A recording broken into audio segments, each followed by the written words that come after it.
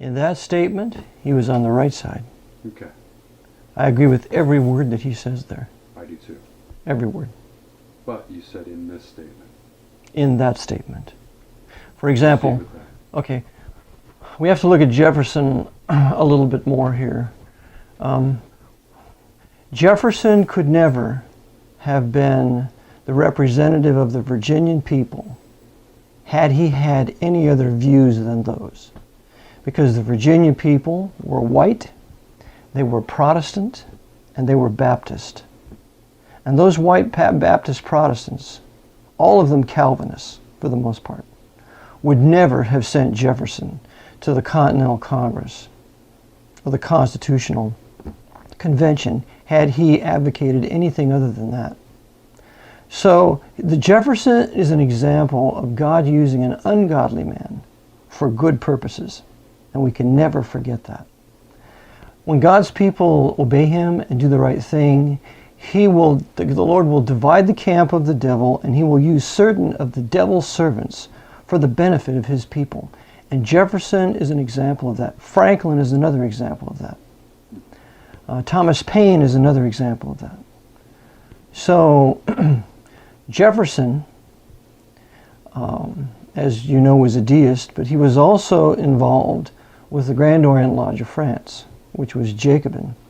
And the Grand Orient Lodge of Paris, France, was completely controlled by the Jesuits. It had become Illuminized. And we must always keep our distinction between Freemasonry, low-level American Freemasonry at that time, and Illuminized Freemasonry. Okay, explain that. Okay. Freemasonry was formally revived in 1717 in England. England became the Grandmother Lodge. It is a fact that the purpose for the formal revival of Freemasonry was to restore the Roman Catholic Stuarts to the throne of England, because they had been driven out in 1688, the Glorious Revolution of 1688. William and Mary come take the throne in 1689, set forth the Bill of Rights, of which comes our Bill of Rights, from which comes that. And so the Jesuits were foiled at the Battle of the Boyne in 1690 when William III fought with the armies of Louis XIV and King James II. And Louis XIV and King James II were absolute and total Jesuits in their heart, souls, and kingship. They even called themselves Jesuits. And Louis XIV had, I believe, nearly a 60-year reign in France. He began his reign, I think, at the age of 14. And Hollywood depicts him as a great king in one of DiCaprio's movies, The Man Behind the Mask. Goes on to say Louis XIV became one of the greatest kings of France. He was a vicious, adulterous, murderous traitor, killed out the Huguenots. The revocation of the Edict of Nantes in 1685 drove them out, totally destroyed the productive capacity of France. He destroyed the best of his population. Louis XIV was wicked. And so the Jesuits, in using Freemasonry, they revived it in England in 1717 for the purpose of using certain Protestant rulers and leaders to bring them into the Masonic Lodge, camouflaged as something virtuous. And but unbeknownst to many of them, it would be used as an engine for papal restoration in England. Well, in 1754, the Jesuits at their College of Clermont in Paris, France, wrote the first 25 degrees of Scottish Rite Freemasonry. And I have that quoted in my book. I have the source. It's a Masonic quiz book, Ask Me Another Brother, written by the Masons.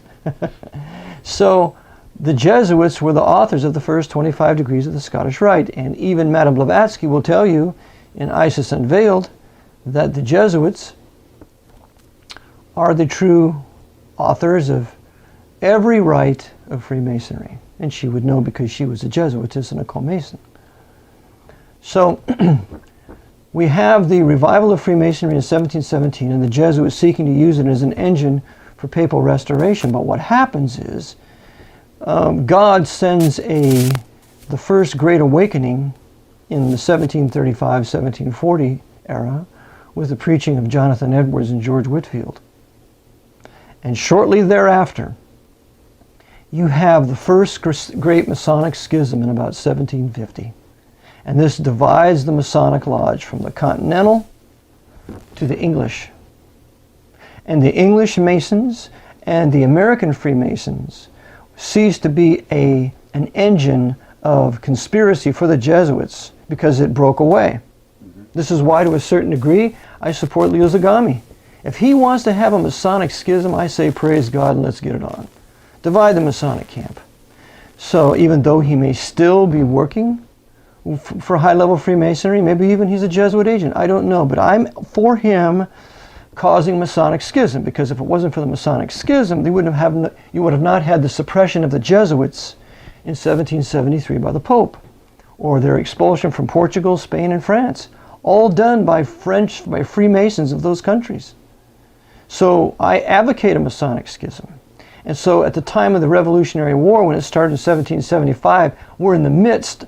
We had a Great Awakening. The Great Awakening caused a great nationalism to arise. The result of the Great Awakening was our armies were filled by white Anglo-Saxon, Protestant, Presbyterians, and Baptists to fight this war of tyranny against King George III. And George was a total tool of the Jesuit order. King George III took in the Jesuits when they were suppressed and kicked out of all the Roman Catholic countries in Europe.